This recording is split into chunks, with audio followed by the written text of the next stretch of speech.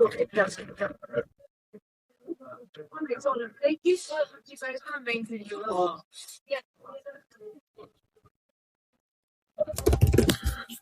everyone, we got the mighty Zev back in the left hook. I haven't talked to him for a month. I've been traveling, had crazy birthday parties. Everything is well. The house is being cleaned up and restored. And we need to clean up and restore, of course, the United States of America and the Justice Department, because in a natural, normal, healthy democracy in a country where we cared about, girls being raped, you would think, Zev, that the Justice Department, with all the evidence that we have in front of us, would, at the very least start investigations. Forget prosecution, but at least investigations into this transnational criminal syndicate that is the Epstein, if you will, the Epstein class. But the United States of America, with this Trump administration and with Todd Blanche, can you tell us, Lev, how many investigations have been produced to follow up on the Epstein files? None have been produced, sir. None at all. It's good to see you, Waj. It's been a while. But in the time that you've been gone and even before that, there's just no investigations that are actually happening. The cover-up continues. In fact, what they're doing is they're trying to make the cover-up guy, the guy who did the whole cover-up with the Epstein files, the Attorney General, and that's just 2 days away. So, it's happening. The cover-up continues. No investigations.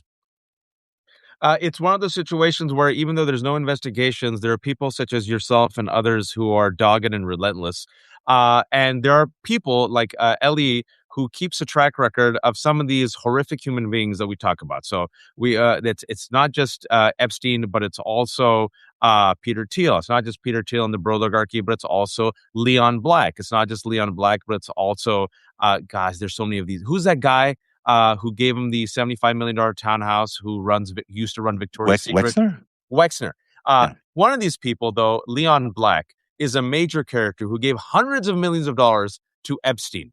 And I'm sitting there thinking to myself, we know he gave hundreds of millions of dollars to Epstein. We know Epstein seems to have just humiliated him and ridiculed him nonstop, but he didn't respond with, any type of contempt. We know that Leon Black went to Russia and partied with Donald Trump, and Leon Black is not being investigated.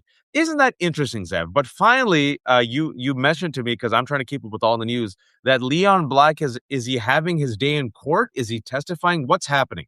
He is going to be in front of the Epstein committee this Thursday, as far as I know. That's at least he's scheduled to be there.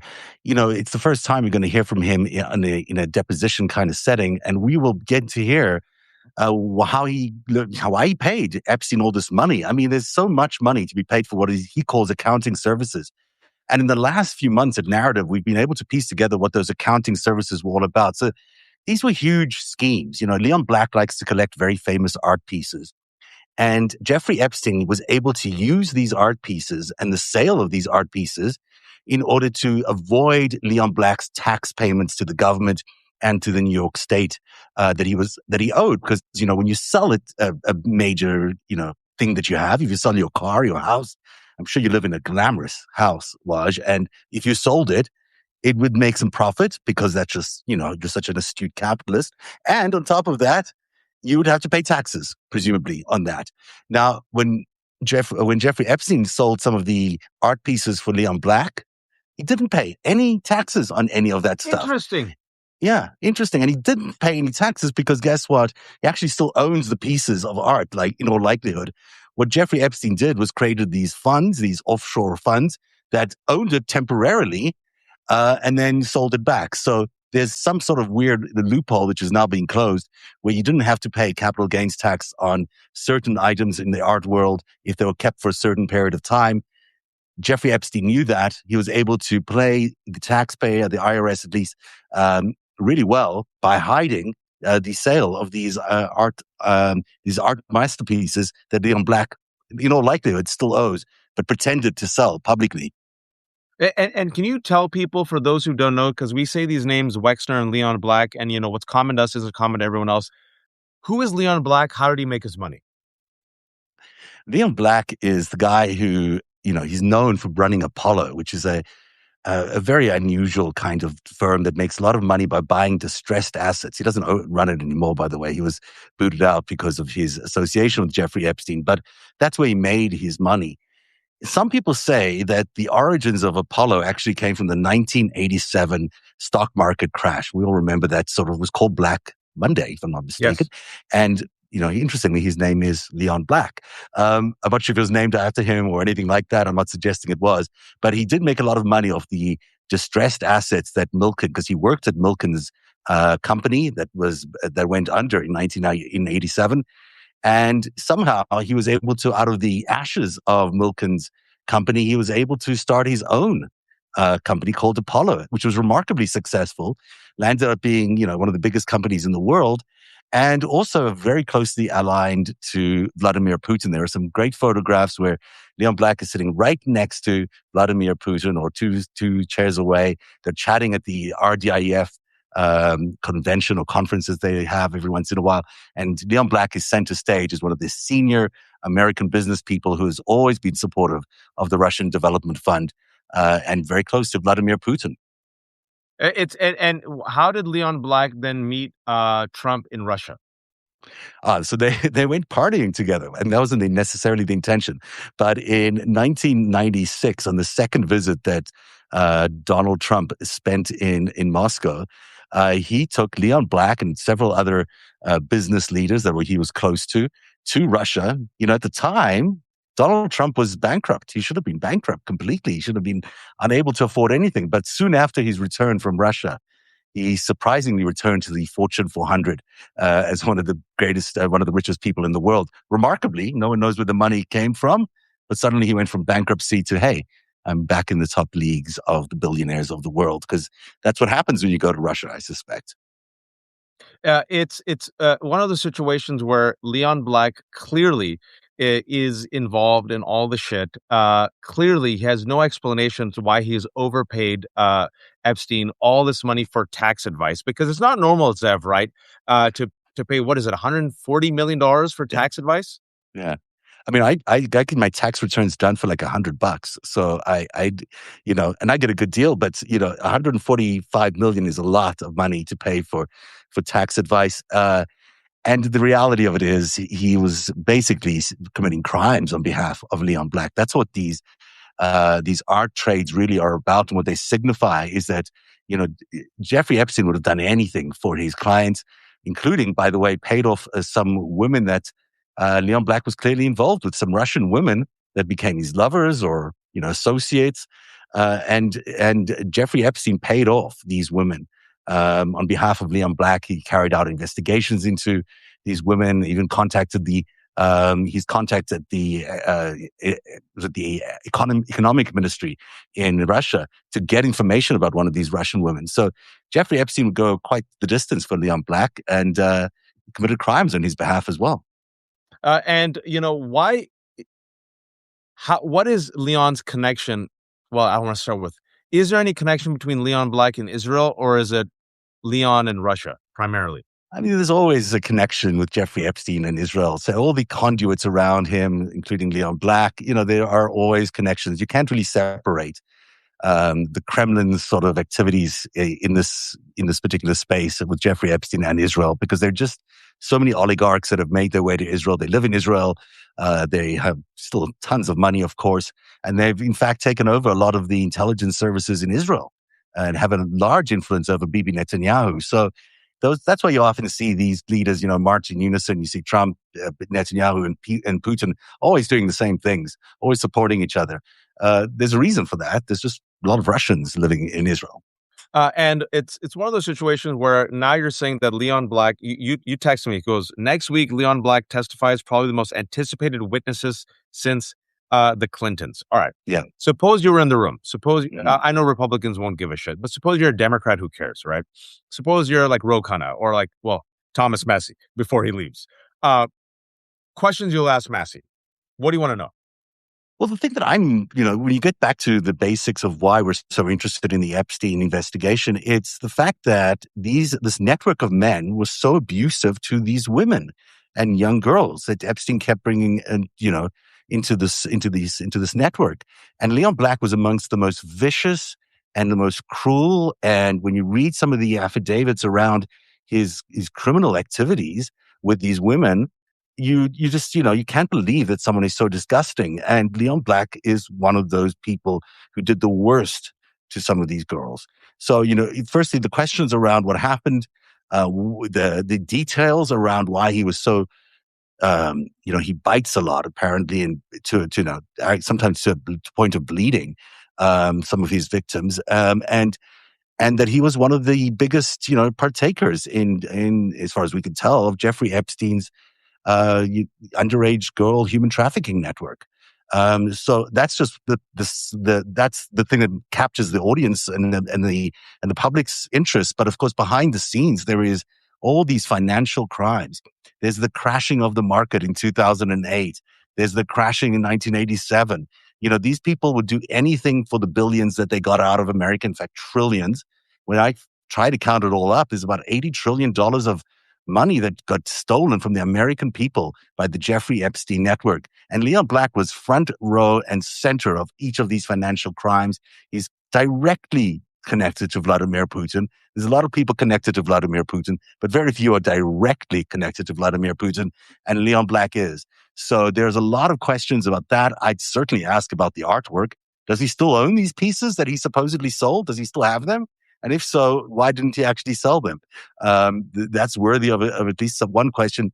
And then, what he knows about Jeffrey Epstein is probably a lot. Very few of these witnesses have come in front of the committee and actually shared real details. It would be incredible if they started pressing him on some of the real details of when these attacks took place, when he raped these girls, when these financial crimes took place in 2008. When the market crashed and millions of Americans lost trillions of dollars of value by losing their homes, by losing their pensions, by losing all that they had, did Leon Black actually feel anything for these people when he was, made money, when he was actually making money on the back end of the 2008, when he was involved in the capture of all these assets and they were distressed afterwards? Did he make any money? Did he care that thousands of people were so distressed? And you're right, you're shaking your head, because I don't believe for a second these guys gave a shit about anyone other than themselves, as they were making billions and the American people suffered. What infuriates me, Lev, is I'm so glad you were talking about Leon Black, because there's so much, but like Leslie Wexner and Leon Black, there's many names. Mm-hmm. Nothing's happened to them. I mean, New York Times finally got off their ass and did a big expose on Leon Black a couple of months ago. We know, like you said, Leon Black and his history. We have the emails. We have Leon Black's connection to Trump and Russia. Leslie Wexner giving, Epstein, normal, just like the prime real estate of New York, the prime real estate in New York, the jewel of New York City's real estate. Leslie Wexner just gave to Epstein as a gift, as one does. We know that Israel then used that penthouse in New York to surveil. Israel is the country that set up all the cameras. We know that Leslie Wexner is deeply connected to Israel. So is Jeffrey Epstein. And these people, it's not like they're hiding out. They're still there, Lev. What has kept us from having this testimony or transparency for so many months? Because you've been talking about it, I've been talking about it, Ellie's been talking about it. Who are we? We're nobody. But yeah. they're out there enjoying their lives as multimillionaires. And also, I would add the Dubins, Glenn and Eva Dubin, who paid millions of dollars to, I think it was, what was that hospital in New York that have a cancer wing. And Eva Dubin was allegedly Epstein's previous girlfriend, and were perfectly fine vouching for Epstein post conviction.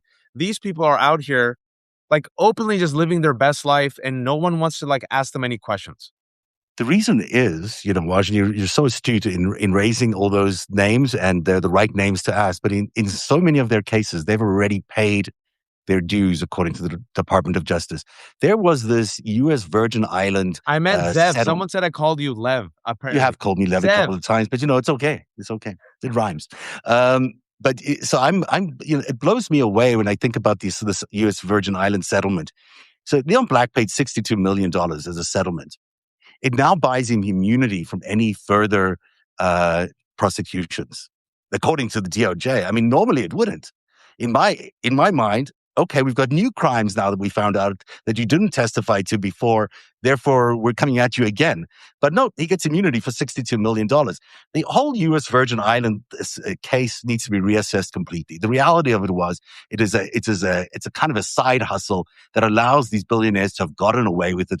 The JP Morgan paid a restitution. Black paid restitution. All these people paid money to buy them immunity down the line, and that's what it's done.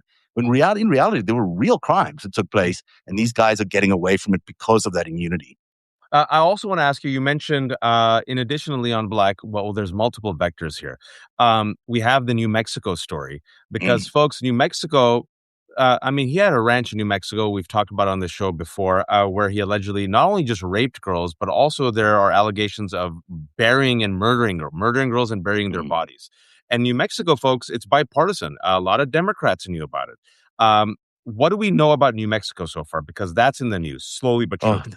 there is so much about New Mexico. The news, I think, most recently is that the DOJ actually handed or was going to hand. I don't know if Pam Bondi actually did this, but on Pam Bondi's final days, apparently she agreed to hand over the entire Epstein unredacted files to the New Mexico Commission that's investigating Zorro Ranch.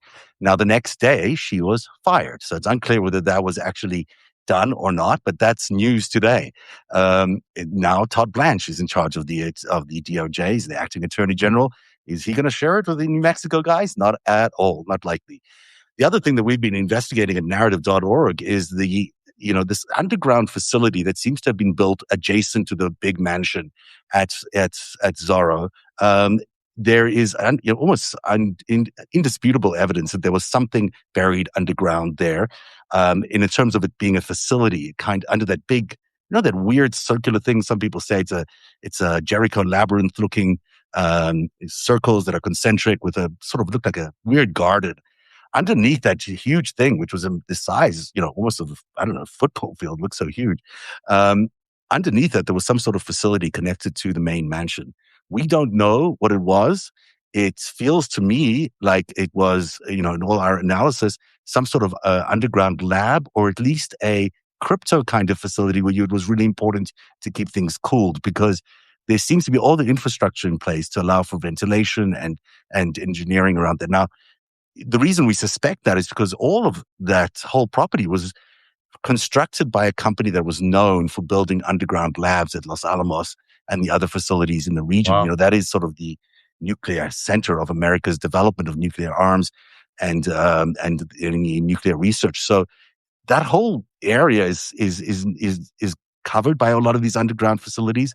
It's unusual for someone to build a residential property, a holiday home, by the same company that built the Los Alamos underground facility. They didn't do holiday homes. They didn't do residential properties. Yes, Nancy's saying it's too much, right? Like, because you I sound like, can't believe not half of it. you, Yeah. not Yeah, you, but it is.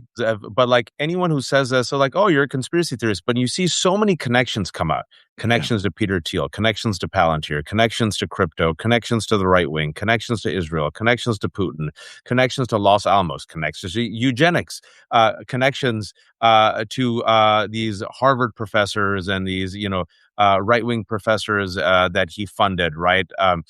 These people who promoted his worldview.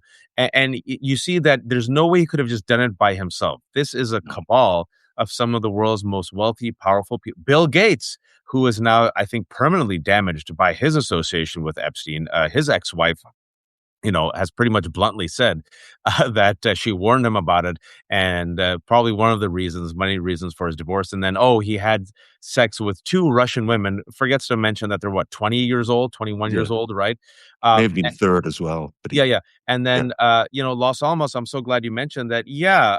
Oppenheimer, the site of us creating Fat Boy and, what was that? Fat Man, Little Boy, the two nuclear bombs. And the fact that Epstein was very interested in what was happening there in the scientific community of Los Alamos. And then you also have another connection, and that connection traces then directly Epstein to Melania Trump, because it's Mhm. not just Donald. There's also the Melania question of it all. Because Mehdi, Mhm. I was on Mehdi's show a couple of days ago, and he said, wasn't it interesting that Melania Trump, we've already forgotten about this. I haven't, you haven't. Oh, while her husband is in this illegal, unwillable war and the country has temporarily forgotten about the Epstein files, Melania decided, and based on the reporting that we know, didn't tell anyone in the White House, comes out, gives a 6-minute presser where she reads a statement and then walks away, and then is a classic example of the Streisand effect that put something that was not in the news back in the news. And you're like, why the hell did Melania Trump, the first lady, go out of her way to disassociate herself from Jeffrey Epstein.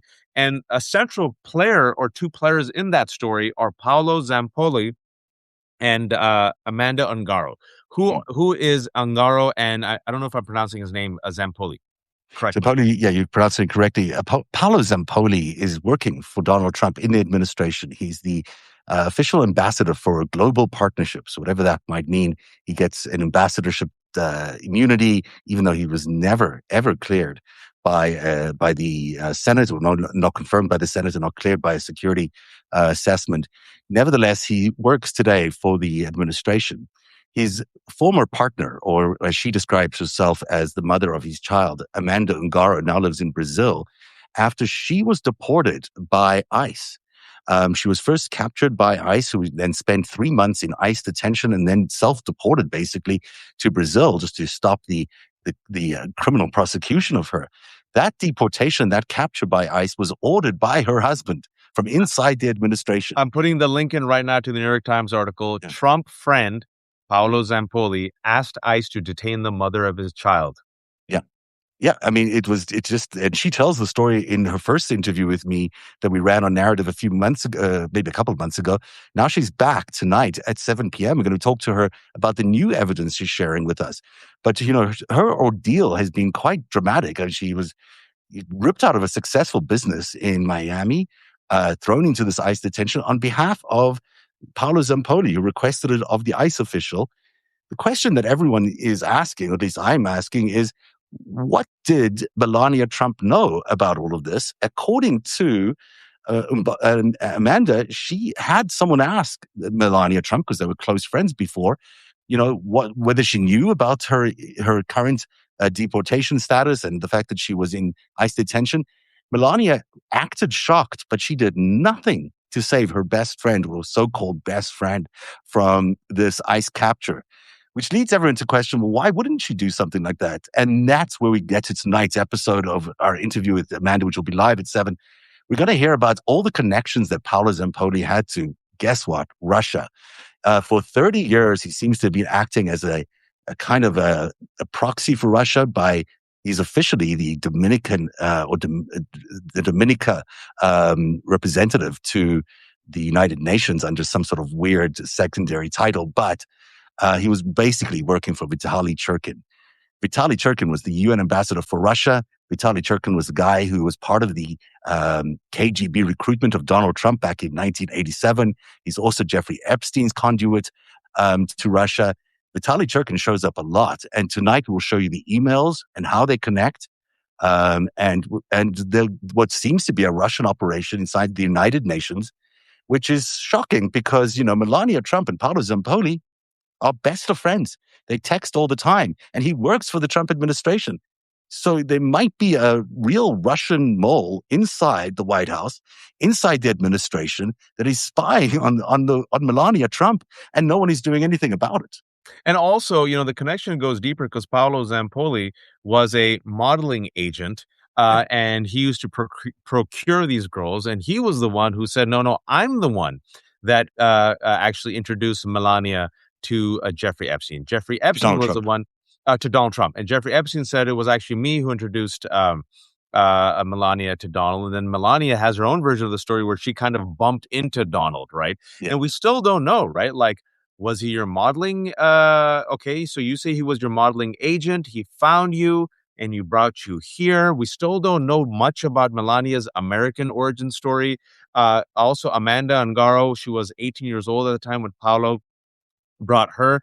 Amanda, if our memory serves me correctly, came to New York on an Epstein plane. And then later, Paolo married Amanda Ungaro when she became of age, which is kind of gross because I think she was 17 at the time. Yeah. So we still have questions to be answered about Melania's connection to Epstein. Do we not, Zev? Oh, a ton. And Paolo Zampoli took Melania Knaus out of Slovenia and got her an Einstein, I'm going to be so confused when I say Epstein and Einstein, but Einstein visa, which allowed her, an immediate citizenship of the United States. Can you just remind people who the E visa is given to? What immigrants? People of extraordinary ability. So apparently she has extraordinary ability in that she had worked for some modeling firms, I guess, which gave her that capacity. Only 5 people out of Slovenia got it the year that she got it, but she was one of them because Paolo Zempoli organized that for her. Now, it's interesting, people point to her father being involved. This was possibly with some organization with ties to Slovenian intelligence at the time. And the context of the story that I keep pointing to is if Paolo Zempoli is so close to the Russians all the way from 1980s onwards, and he brings this woman from Slovenia, which is under the Soviet, sphere of influence, and then brings her to the United States, gets her O-1 visa, whatever it's called. She becomes a citizen and introduces her to Donald Trump. Wow. I mean, it all seems very suspicious. Very, very, very suspicious. And I mean, if you could ask Melania a couple of questions about her connections to Jeffrey and Paolo, what would it be? Oh,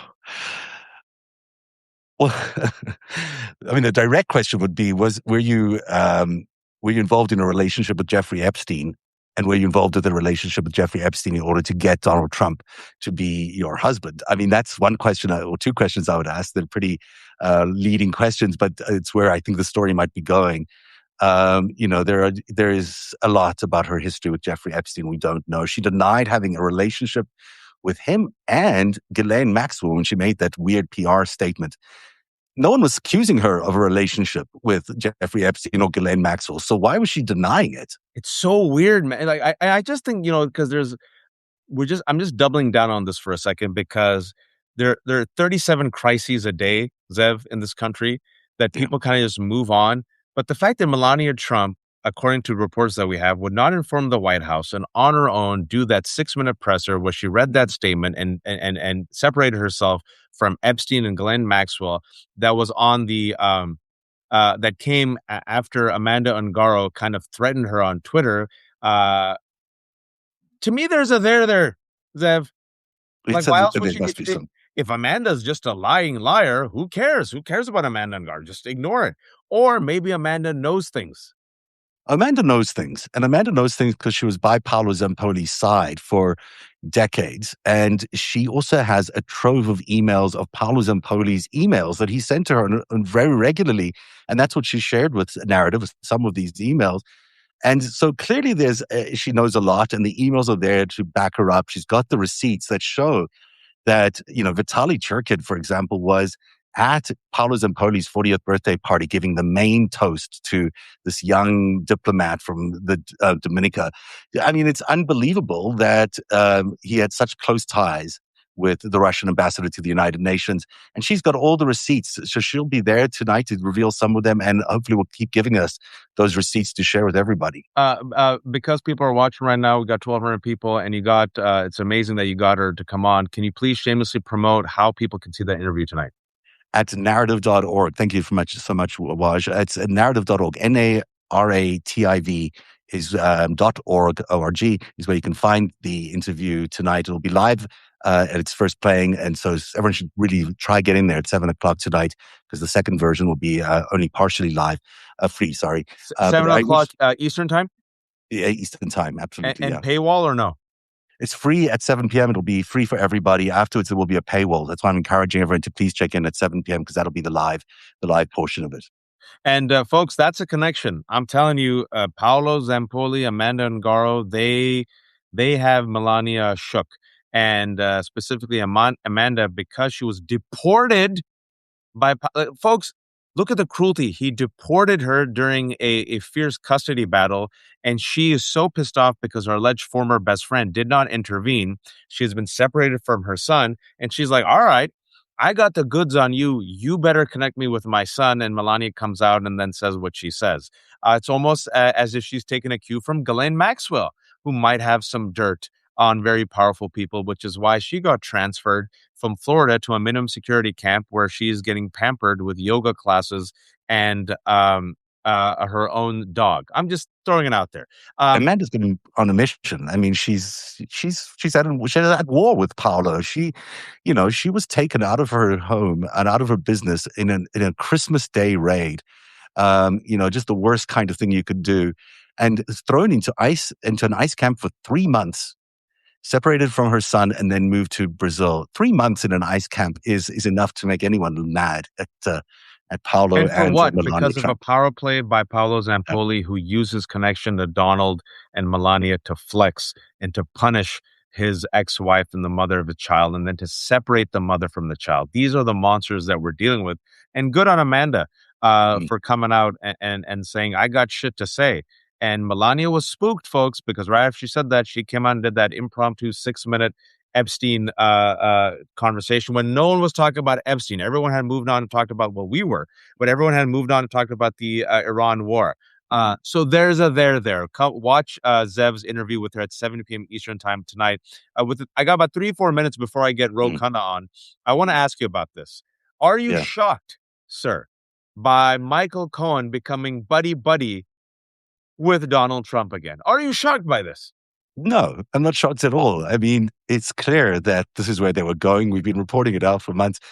Michael Cohen, has been given a Hail Mary by Donald Trump, even though they're both going down, but I guess on the way down, you can give your Hail Marys to your former fixer, the guy who paid off your prostitutes, for years, the guy who was responsible for your ultimate conviction.